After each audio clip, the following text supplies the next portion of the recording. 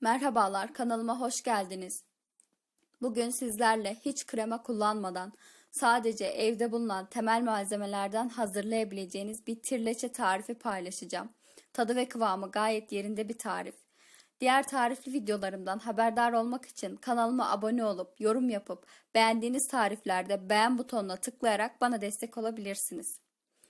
Tarife başlayalım. Öncelikle derin bir kaba 1 su bardağı toz şeker ve 5 adet yumurtayı ekleyip mikserle 5-6 dakika çırpıyorum.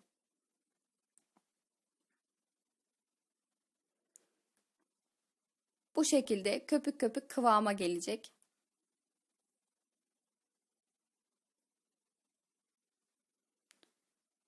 Şimdi de 1,5 su bardağı un, 1 paket vanilya, 1 paket kabartma tozu ve 1 çimdik tuzu eleyerek ilave ediyorum.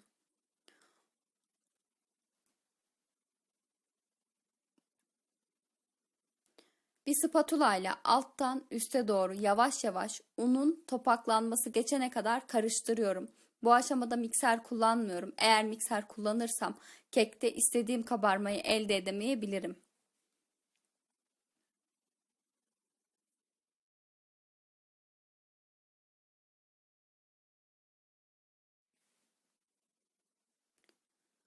Ardından 30 santimetre çapında klasik borcam tepsinin tabanını çok az sıvı yağla yağlıyorum.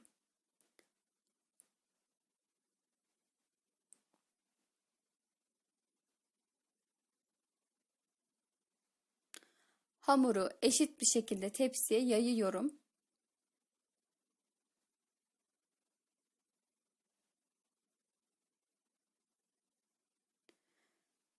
Tepsiyi birkaç kere vuruyorum ki içindeki hava kabarcıkları çıksın, daha iyi kabarsın. 15 dakika önceden ısıtılmış 180 derece fırında 40-45 dakika pişmeye bırakıyorum. Şimdi krem şantiyi hazırlayacağım. Ben ikili paketlerden kullandım. 1,5 su bardağı sütle hazırladım. Siz kullanacağınız krem şantinin tarifine göre hazırlayabilirsiniz.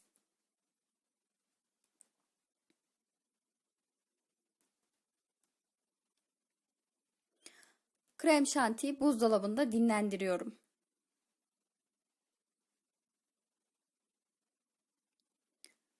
Sıra geldi şerbete. Şerbette hiç krema kullanmıyorum. Sadece 4,5 su bardağı soğuk süt ve 4 yemek kaşığı şekeri eriyene kadar karıştırıp kenarda bekletiyorum.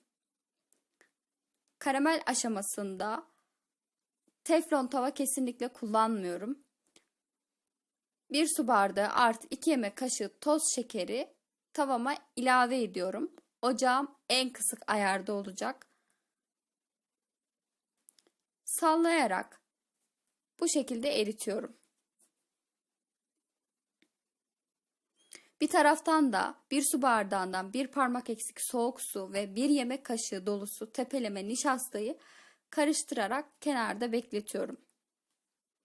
Bu aşamada kaşık kullanabilirim. Şeker eriyene kadar iyice karıştırıyorum.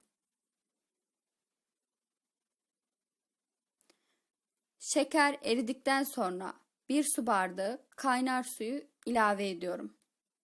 İlk başta şeker böyle topaklanacak. Sakın olmadı sanmayın. Şeker eriyene kadar karıştırıyorum.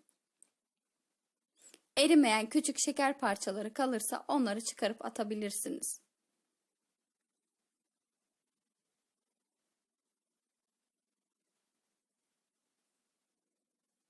Şeker iyice eriyince nişastalı karışımı da ekliyorum.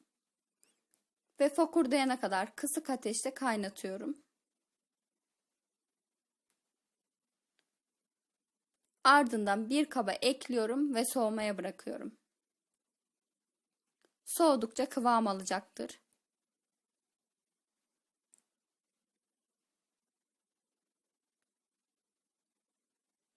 Keki fırından çıkarttıktan sonra ilk sıcağının geçmesini birkaç dakika bekliyorum.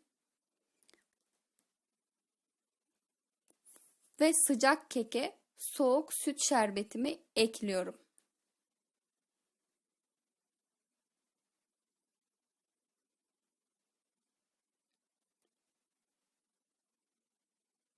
Şerbetini çekmesi için de soğuyana kadar bekletiyorum.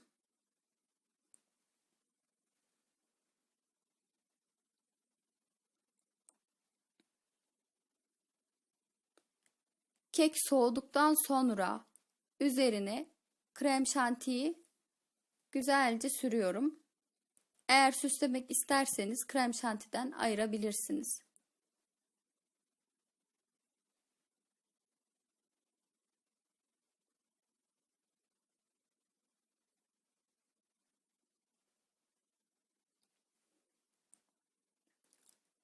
Ardından karameli de döküyorum. Karamel iyice soğudu bu arada.